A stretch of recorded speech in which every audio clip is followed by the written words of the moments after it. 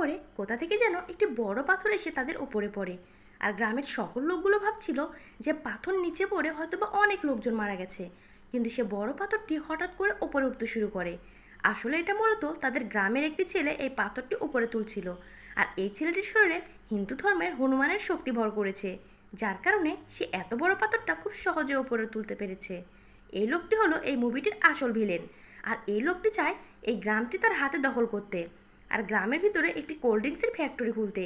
কিন্তু সে গ্রামে তো হনুমানের শক্তিওয়ালা এই ছেলেটি আছে, যার কারণে ওই গ্রামে এই ফ্যাক্টরি খুলতে পারছিল না। তাই সে হনুমানের শক্তিওয়ালা ছেলেটিকে টক্কর দেওয়ার জন্য একটি স্পেশাল পোশাক বানাচ্ছে।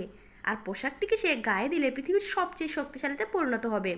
তার শক্তি পরীক্ষা করার জন্য বাইরে আসে, আর এক ঘুষিতে আস্ত একটি গাছ মাটিতে ফেলে দেয়। আর এখন সে হনুমানওয়ালা শক্তিওয়ালা ছেলেটির সাথে পেরে উঠবে নাকি নাকি হেরে যাবে সেটি দেখতে হলে অবশ্যই ভিডিওটিকে লাইক করে চ্যানেলটিকে সাবস্ক্রাইব করুন।